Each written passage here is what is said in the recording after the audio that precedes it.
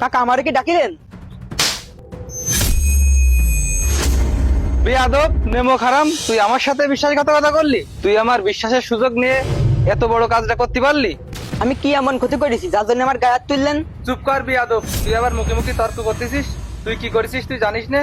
কাকা আমার মনে হচ্ছে আপনার কোনো জায়গায় ভুল আসছে। আর একটা কথা বলি তো জিভে টেনে ছিঁড়ে ফেলে দেবো। কাকা নিশ্চয় আপনার কোনো জায়গায় ভুল আসছে। আমার নামের মধ্যে আপনার কাছে কেউ বদনাম দিছে। আমি কি এমন ক্ষতি করেছি যার জন্য আমার গায়ে হাত তুললেন? বেয়াদব, তুই আমার কি ক্ষতি করেছিস? তুই আমার সবচেয়ে বড় ক্ষতি করেছিস। তুই আমার কি ক্ষতি করেছিস তাহলে শোন তালি। এরে রাশেদ, তুই ভালো আছেন? হ্যাঁ ভালো আছি। দাদা মানে তোর আব্বা কোনে? আব্বু তো একটু মাঠে গেছে। ও মাঠে গেছ, তা তুই বাড়ি কেন? তুই সে কাউন্সিলে যাসনি কাউন্সিলে কি কাজ কাকা?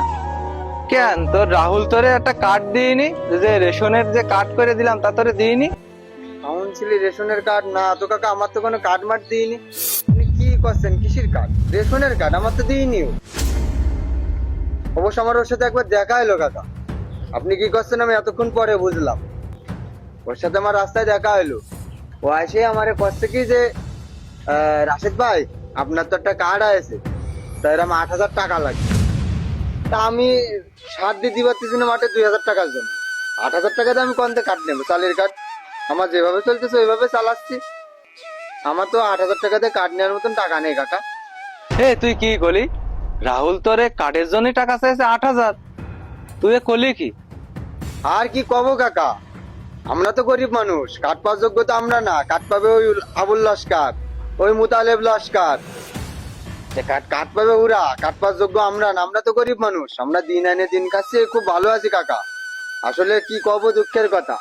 রাহুল যে আমার এইভাবে বললো কার্ডের টাকার কথা, আমি 2,000 টাকার জন্য আমি মাঠে সাথ দিতে পারছি না। ওরম টাকা কোন থেকে কার্ড নেবো? আমার কার্ড মাঠ লাগবে না। আল্লাহ যেভাবে চালাচ্ছে আমি খুব ভালো আছি কাকা। তা আপনি আমাদের বাড়ি আসলেন, একটু বসেন, চা নাস্তা দিই। না, তুই যে কথা করলি তাতে আমার আর বসতি মন চাচ্ছে না। আমি তো তোর কার্ডটা আমি কমপ্লিট করে রাহুলের কাছে দিছি যাতে তোর কাছে পৌঁছাই দেই। আর তোর কাছে সেই কার্ডের জন্য টাকা চেয়েছে। আর একজন বললো যে তার কাছেও নাকি ওরকম টাকা চেয়েছে। আমি তো বিশ্বাস করিনি সে কথা। এখন তোর কাছে মনে করে শুনে মনে আছে যে আসলেই তো সত্যি কথা। ও তো তাহলে আরো মানুষের কাছ থেকে টাকা নেছে এইভাবে।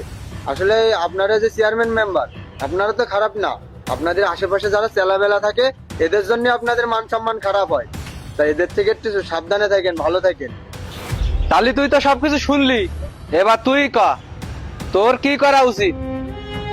তোর মতো আগাছার আমার পাশে দরকার নেই। শোন রাহুল, এই ওয়ার্ডের লোকজন আমারে মেম্বারের চোখে দেখে না, আমারে জনগণের প্রতিনিধি হিসেবে দেখে, আমারে ভালোবাসে, সম্মান করে। কি জন্য জানিস? যাতে আমি তাদের উপকার করি, তাদের এলাকার সব কাজগুলো সুন্দরভাবে করি। কিন্তু তুই আমার সব কাজগুলো নষ্ট করে দিছিস। তুই মানুষের কাছ থেকে এই যে অকাজ কুকাজগুলো করেছিস, এই জন্যই আমার সমাজে আজ এত বদনাম। তা আমার পাশে তোর মতো আগাছার দরকার নেই। শুধু আমার পাশে কেন, এই এলাকার কোনো মেম্বার চেয়ারম্যানের পাশে তোর মতো আগাছার দরকার নেই। তা তোর জন্য আমি আমার আশপাশে আর না দেখি। তুই এখন থেকে আমার চোখের সামনে থেকে চলে যাবি, যা। এরকম মেম্বার চেয়ারম্যানদের অসৎ চেলাদের জন্য আমাদের গ্রামের খেটে খাওয়া লোকরা বিভিন্ন সরকারি অনুদান পায় না। আর আমরা দোষ দিই চেয়ারম্যান এবং মেম্বারকে। আসলে চেয়ারম্যান মেম্বাররা কিছুই জানে না, অথচ তাদের চেলারাই এসব মেরে খায়। আর এরকম কাহিনী কিন্তু আমাদের সমাজে অনেক ঘটেছে। তো ভিডিওটি ভালো লাগলে একটি লাইক দিয়ে আমাদের পাশেই থাকবেন। ধন্যবাদ।